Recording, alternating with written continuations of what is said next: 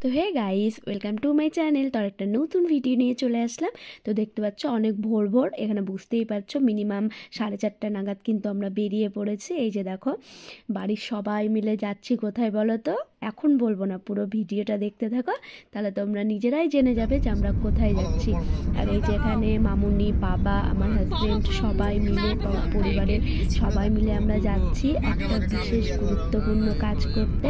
তো তোমরা পুরো ভিডিওটা স্কিপ না করে দেখতে থাকো, আশা করি তোমাদের খুব ভালো লাগবে। আর দাড়ি মোচ দেখা যাচ্ছে, দাড়ি মোচ কাটবে না। এবার তো আর নাই, অ্যানিভার্সারি সেট করে দিলাম, রেজিস্ট্রি করে দিলাম, আর দাড়ি কেটে কি সুন্দর লাগে সেটা দেখতেই পাচ্ছ। আর এখানে তোমাদের দাদা ভাই কি করেছে দেখো, মানে একটু গাড়িটা থেমেছিল, তো ও বাইরে গিয়ে তখন এই ফুলগুলো দেখতে পেয়ে আবার নিয়ে এসেছে আমার জন্য, আর বললো যে গন্ধটা শুকে দেখো খুব সুন্দর। তো ফুলটা দেখে আমিও খুব খুশি হয়ে গেলাম। আর এটা হচ্ছে ময়ূরাক্ষী নদী, তো এটাতে এখন জল নেয়, আমি তোমাদের সাথে একটু শেয়ার করে দিলাম। আর কি বলবো বন্ধুরা, রাস্তাটা যা ছিল না, অসাধারণ ছিল রাস্তাটা, শুধু তোমরা ভিউটা দেখো, দুর্দান্ত। আর কি বলতো, এইরকম শীতকালে কিন্তু ঘুরতে যেতে বেশ ভালোই লাগে। তো আমাদের এটা একটা বিশেষ কাজের জন্যই যাওয়া হচ্ছিল, প্লাস আমাদের ঘোরাটাও কমপ্লিট হয়ে গেছে, অনেক কিছুই দেখেছি আমরা। তো তোমরা পুরো ভিডিওটা দেখলেই জানতে পারবে আমরা কোথায় কোথায় গেছিলাম, কি কি দেখলাম। তো দেখো, প্রায় আমরা আমাদের গন্তব্যস্থলের দিকে পৌঁছে গেছি। তো ওই যে দূরে যে পাহাড়টা দেখতে পাচ্ছ, ওই পাহাড়টা ঠিক নামটা আমার এখন মনে আসছে না, ত্রিকুট পাহাড় বা এরকম কোনো কিছু একটা। তো পাহাড়টা বিশাল বড়, মানে আমরা যতটা রাস্তা যাচ্ছিলাম পাহাড়টাও মনে হচ্ছিলো আমাদের সাথে যাচ্ছিলো। তোমরা দেখেই বুঝতে পারছো কত বড় পাহাড়। ওই পাহাড়টাকে ত্রিকুট পাহাড়ই বলছে, আমি ঠিক জানি না, তোমরা কেউ জেনে থাকলে কমেন্ট করে জানাবে। তো ফ্রেন্ডস, আমরা এখন পৌঁছে গেছি দেওঘরে। আর এই যে বাবা, মা, সব মামনি সবাই। তো এখন আমরা যাব মন্দিরে। তো এতদিনে স্বপ্নটা পূরণ হচ্ছে, দেওঘরে বাবার মাথায় জল ঢালতে পারবো। তো চলো ভিডিওটা।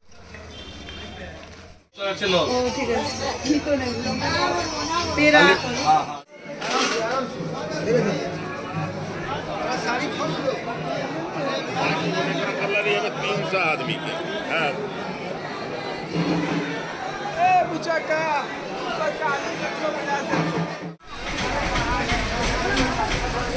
তো এখানে আমরা এখন লাইনে দাঁড়িয়ে গেছি, একা একা আমরা এগাচ্ছি এখন।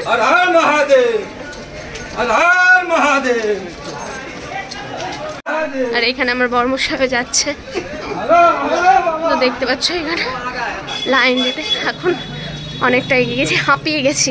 তো চলো ভিডিওটা দেখতে থাকো।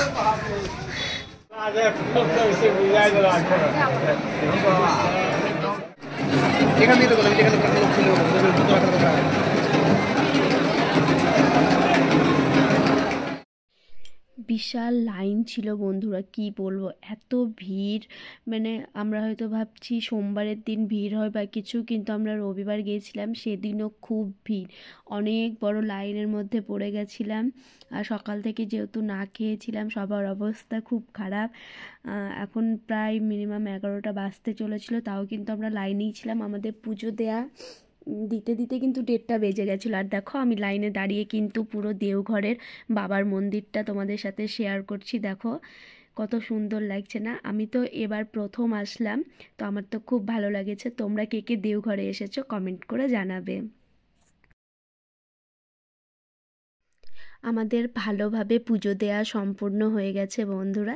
এবার আমরা যেইখানে আমাদের গাড়ি ছিল সেইখানে যাচ্ছিলাম। আর আমরা খুব ভালোভাবে পুজো দিয়েছি, বাবার দর্শন পেয়েছি, মনটা পুরো ভরে গেছে, খুব ভালোভাবে হয়েছে সব কিছু। আমি গঙ্গা ঘাটি দিতে চলো। ये वाला बाबा क्या नाम बोला? बाला ब्रह्मचारी। बाबा जी प्रकट हो गए रावण के दर्शन में। इधर जाइए, दायां जाइए। या क्या हुआ था? এখানে মহাদেব মানে রাবণকে দেখা দিয়েছিল, সেটা হচ্ছে এটা মন্দির। তপোবন যে বলে আসলে এটা তপনাথ মহাদেব, গুহার ভিতরে শিব নিজে উঠে রাবণকে এখানে দেখা দিয়েছিল। মাথা বাঁচিয়ে যাবে ভেতরে, প্রণাম করে চলে আসবে, দেনা হাতে 1,00,000 টাকা নিয়ে নিজের নাম বলে দিবে, যাকে ছেলে আছে ছেলের নাম বলে एक जन को ले जाते उधर से वहाँ उल्टा नहीं जाता है वहाँ से ढुको पाएंगे তো বন্ধুরা দেখতেই পাচ্ছ এটা एक जन को ले जा माँ छवि तुले ना प्रसाद ले लीजिए हनुमान जी का मंदिर के लिए लड्डू प्रसाद यही चढ़ेगा धागा बनेगा आप रुपी मंदिर जा रहे हैं अरे वहाँ है लोग चढ़ा তো ফ্রেন্ডস এটা হচ্ছে তপবন তপবনের আমরা একদম ওপরে উঠে গেছি আর এখানে সীতা মা এসে বিশ্রাম করেছিল তো এই হচ্ছে সেই জায়গাটা তো ভিউটা তোমাদের সাথে একটু শেয়ার করে দিলাম